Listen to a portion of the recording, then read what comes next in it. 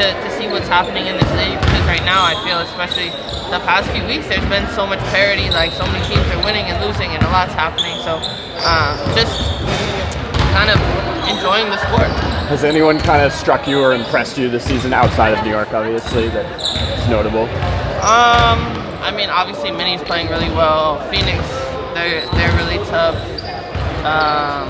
I think Dallas, I mean, they're getting it together a little bit, and especially when you have rookies and they just go and play hard. Like, I remember being on the 2016 team in Seattle, where it's just like, go out and play, and you never know. Like, you might catch them slipping one game, and they're putting their best foot forward every day. Obviously, the Emma Meeseman sweepstakes. Have you been in touch with her? Maybe. But I don't know what's happening. How do you think she'd fit, like, realistically with this team if she were to sign her? Yeah, I mean, I think Emma's an amazing player, and I had the opportunity to play with her overseas in Russia and in Fenerbahce. But she's someone that reads the game really well. So for a team that wants to play, like, read and react and play fast, she would be a perfect fit for us. And we just have a great appreciation for what she does on the court in kind of a number of different ways. When you think about that central lineup, I mean, you don't want to think ahead, but you Zab, Cloud, Herb, JJ, I mean, that's a pretty big and scary lineup. Yeah, right? yeah. I mean, just adding more depth to what we have, especially, you know, while we're without JJ. There's a void to be filled, and that would be helpful. Am I gonna get in trouble for these things? No, she's in her own team. Are you guys setting me up? No, this isn't tampering. Yeah, She's thinking about why she might be a good fit. Yeah, no. I mean, you're not, it's not like you're backdoor, like, I don't know. No, it's just uncommon that a player like Emma is available right now. Yeah, I know. Yeah, I don't know. I think she should come. Come.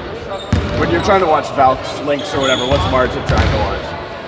Oh, well, right now we're watching, like, Ginny in Georgia. She made me watch the Mormon show. Okay. Secret Lives of Mormon Wives. Yep, I'm like well into that. What else do we watch?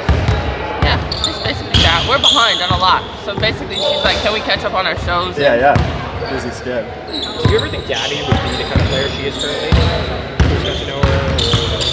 Yeah, I mean, I think when I first knew Gabby at UConn, like, it was like, she was raw, you know, she's super athletic and a lot of untapped potential, and you see where she is now, and I would say the majority of it is her mindset, you know, her confidence, her mentality. Like, she's been able to do everything that she's doing for a while, but now she's just doing it with such confidence that it's like nothing is gonna kind of rattle her. You see Coach Wade behind doing the drills. How has he been for the team and just, you know, his player development? Yeah, I mean, I've loved having Andrew be a part of this team. I think, you know, meeting him at Unrivaled and being able to kind of pick his brain a little bit, and just having an added PD person is super important and helpful, because you want to be able to work out. You want to be able to work out with different people and know that if different people see different things, how can I add to my game?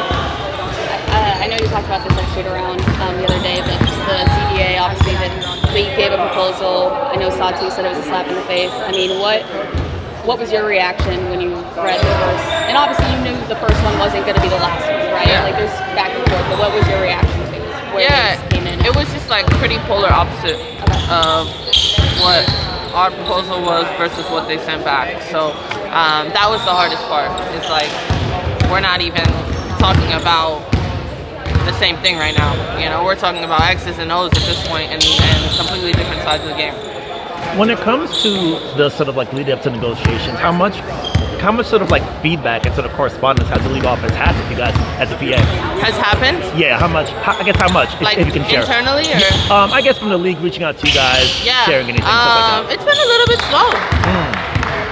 Well, I feel like from the player's perspective, like, it's hard to be able to navigate this during the middle of the season, but also we know how important it is, and really getting it done before the end of October, and we're making that effort to be able to do both, and the fact that it's been a little bit slow to start is tough, but hopefully things will ramp up now after getting their proposal back. We have a big meeting in Indy, like at All-Star, and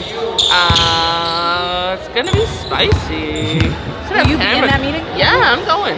You said that. I made my flight earlier. I'm going. When is it? Is it Thursday then? I don't know. I'm just telling you guys things. I don't know what I'm supposed to say and what I'm not. But whatever. But I think it was like Terry talked earlier this year about like wanting to have significant progress, by All-Star. And it sounds like that maybe that hasn't been made in the way that you guys had hoped. You said you guys are polar opposites. We know what players are prioritizing, right? Because you guys have been open about that. What was like maybe the league more prioritizing that you guys weren't? Yeah, see, like this is where I'm not sure how much I'm supposed to say, but Okay. we're struggling with the revenue share part. That's it, really. And I said that the other day, so I don't care if I get in trouble twice.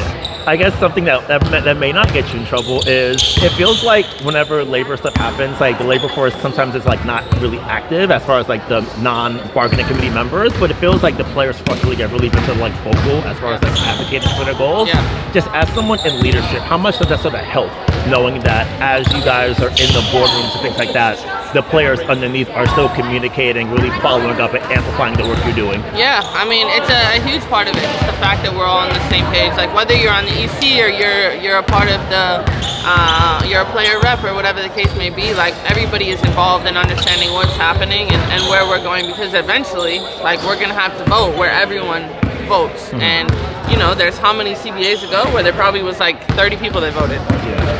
We want to be at a point now where we get the entire 156 or whatever our total number is to vote on this. I think that's all I got. Thanks. Thank you, Stewie.